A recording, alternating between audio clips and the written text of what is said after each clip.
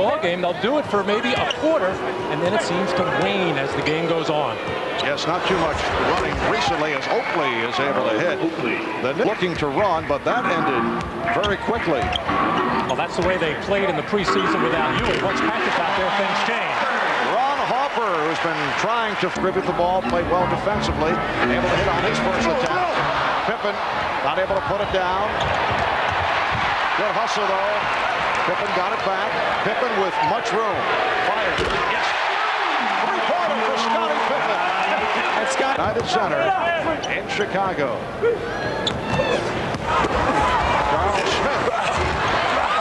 Charles Smith on the tip, and the Knicks with a 9-5 advantage. Well, he blew by Scottie Pippen on the first drive. Just did not take enough time to finish on the play. And Scottie Pippen hits to Purdue. Starks with the steal. Harper putting the move. And Derek Harper is able to go around Ron Harper to give the Knicks an 11-8 lead. Pippen for three. Again! Scottie Pippen from downtown for the third. Going to his bench right now to Anthony Mason. Not happy with the way that Scottie Pippen has gotten off. Good look from Oakley to find Smith. Patrick Ewing just does not have the quickness or the strength to deal with him. Not a different situation for as Ewing is able to hit over him, and the Knicks now lead by 4. In the past, that would make a lot of sense. Knicks with a 17-15 lead. Here's Starks for three. Well, John Starks 4 by Chicago. Mason with the pull-up. Ewing with the slam. And the Knicks now lead 26. Second penalty. There's Anthony Mason letting that shot go, gets a piece of the rim, but Patrick Ewing trailing on the play, followed it all along, and nobody for Chicago ever got a body on him. New York over the limit. One more time, Patrick Ewing get a clear lane to the basket as Dickie Simpkins. The ball club. I never believe that coaches and players don't read the papers. I mean, that's nonsense. Here's Pippen, and it cuts it to a 3-point lead. Well, you can't avoid it, Marvin, because back come the Knicks. Mason lost it and then recovered. It's a 3-on-1. Davis for three. Yes. Hubert Davis, who has not been shooting well. Back to him on a consistent basis. The Knicks lead by 2. 35 seconds remaining in the half.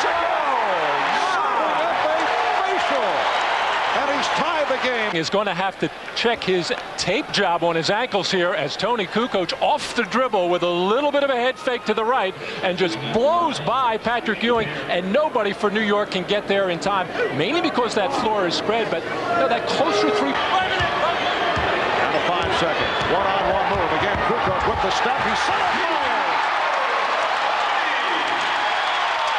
Final seconds of the hall. The Bulls and Knicks are tied at 55 here at the new United Center in Chicago. Now, stay tuned for the Prudential halftime report. It's coming up with Hannah Storm. Far here. Harper and Starks in the backcourt. Ewing, Smith, and Oakley up front. Charles Oakley. He's 5 of 9. He has Neil Funk here in Chicago. Ewing. And the Knicks now lead 60. Pippen with the box out. Pippen all the way. Looked like the Knicks 96 here with 5.5 to go in the third. The Knicks lead the Bulls by 9. Myers on a fadeaway. Pete Myers with his second field goal. Going to the basket again. They really have had terrific communication in this ballgame. Nicely done. Scottie Pippen on a spin. Pippen has 20. And Scottie Pippen, who can do some damage in the low post, especially against Charles Smith, who just does not have the lateral movement to play Pippen, whether it's outside on the floor or inside underneath, as Pippen just wheeled on him very easily. Per game. That has been one of his problems, getting in the early foul trouble. Myers make it 3 for 3 from the field. For the one time.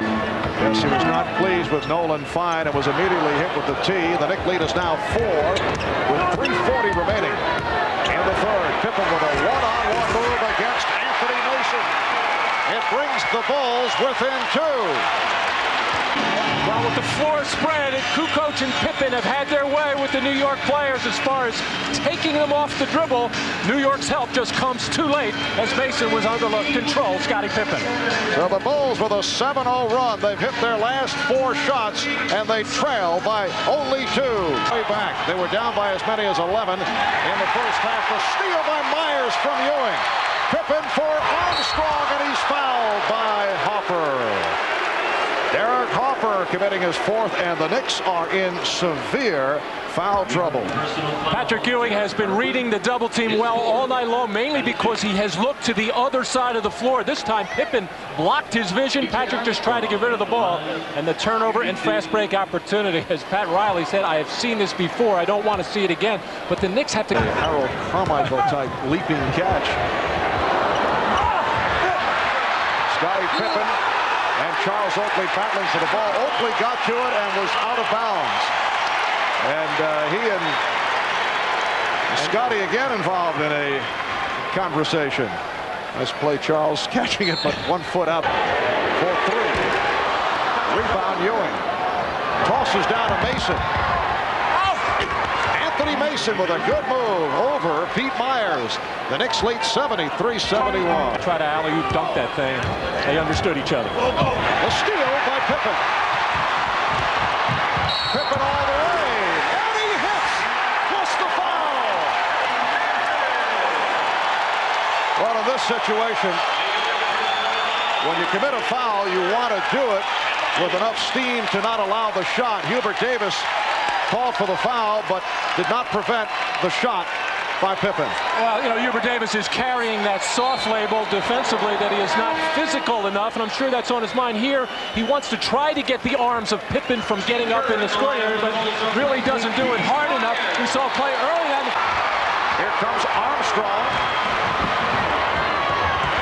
B.J. Armstrong. 11 points for B.J.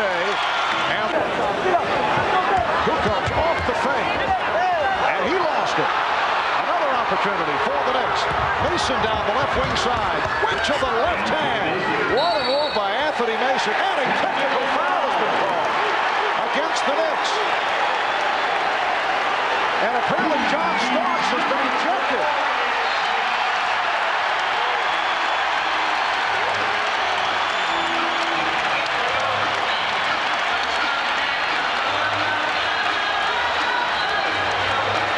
We'll have to get another look at what developed.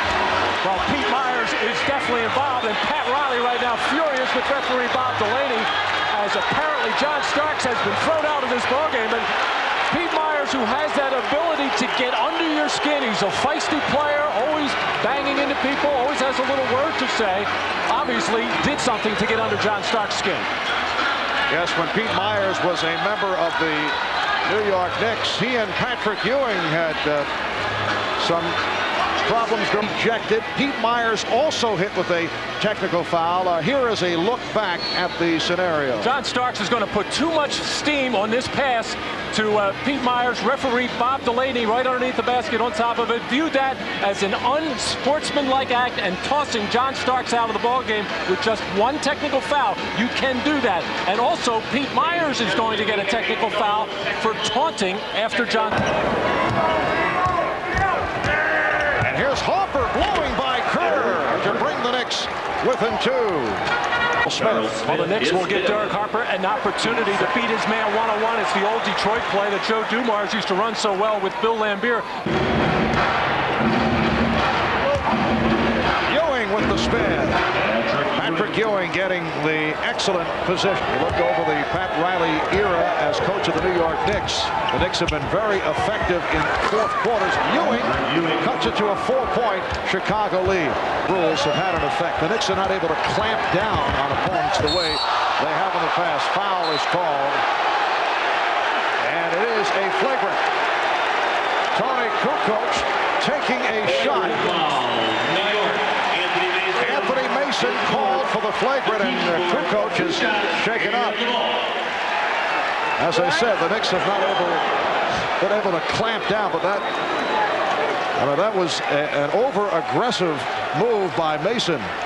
Well, Tony able to beat Charles Oakley here. Mason coming over to help out, and the obvious is the last couple of times that people have gone to the basket, the Knicks have taken hard fouls. The last time Hubert Davis was involved, he took one, and here Mason making sure that it's not going. Hopper and Davis at the guards. Ewing, Oakley, Mason up front. Davis playing for John Starks. Again, the good move by Hopper. This time he beat Armstrong, and the Bulls lead by 3. Pippen around Ewing, and he's grabbed. He's fouled. That's number 4 on Patrick Ewing.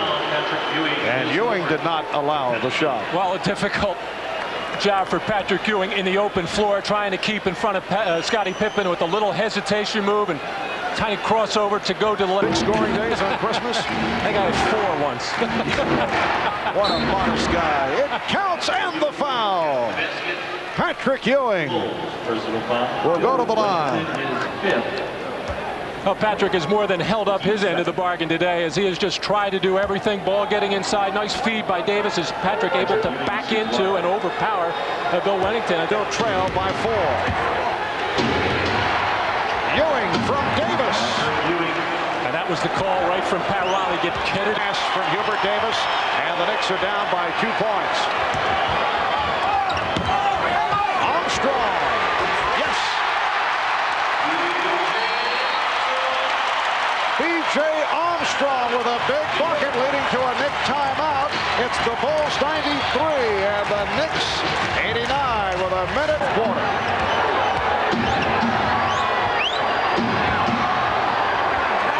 Oakley. Yes.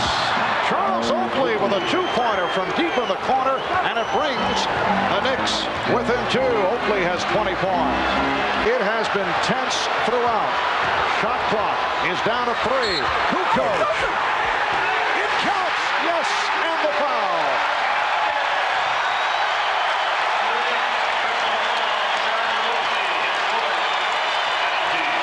Foul committed by Oakley is 4th, and Kukoc will go to the line. Well, Tony looked a little bit tentative on this play. Actually threw it to Will Perdue and then got it back. But this is what he's been doing lately for the Bulls. Spread the floor. In his coaching career. And Greg Anthony remains on the bench. The best 3-point shooter for the Knicks. Starks ejected earlier in the ballgame for throwing the ball. Strong move by Patrick Ewing. Charles Smith has replaced Patrick Ewing. The Bulls lead by 3. Now the Knicks need the long pass and a 3-point attempt, but Kerr slaps away. Davis for 3. Yes! Hubert Davis has tied the game with 0.4 of a second remaining. Hubert Davis knocks down the 3-pointer. Even with seconds remaining. Well, this was a terrible pass by Anthony Mason. Again, looking for the long home run pass to Charles Smith, overthrown. And Steve Kerr, all he has to do is catch this ball, but instead he decides to slap it and right into the hands of the open Hubert Davis, as Steve Kerr puts his hands on his head as Patrick Riley has said, yes, there is still life in the New York Knicks, as they'll get another chance in overtime. However, 0.4 of a second, the Bulls will possibly get a chance to launch another shot with 0.4. Points. Smith for Davis. Rebound Herb Williams. Rebound Charles Smith. And he's tied the game at 102. Getting a shot out of 10 on the 24. Lumberman on a switch. Herb Williams gets it off. Herb Williams brings the Knicks within 1. A minute 17 remaining. Well, the Knicks are just flying by the seat of their pants right now offensively, not real situations where they normally run their 2-man plays.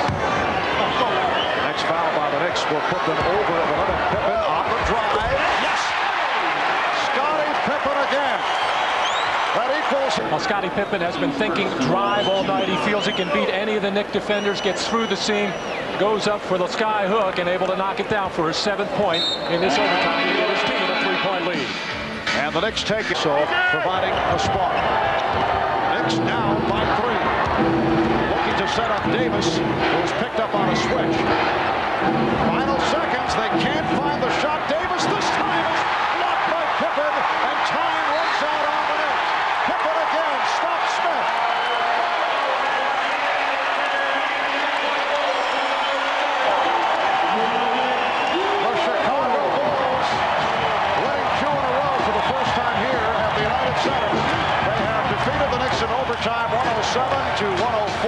now 13 and 12.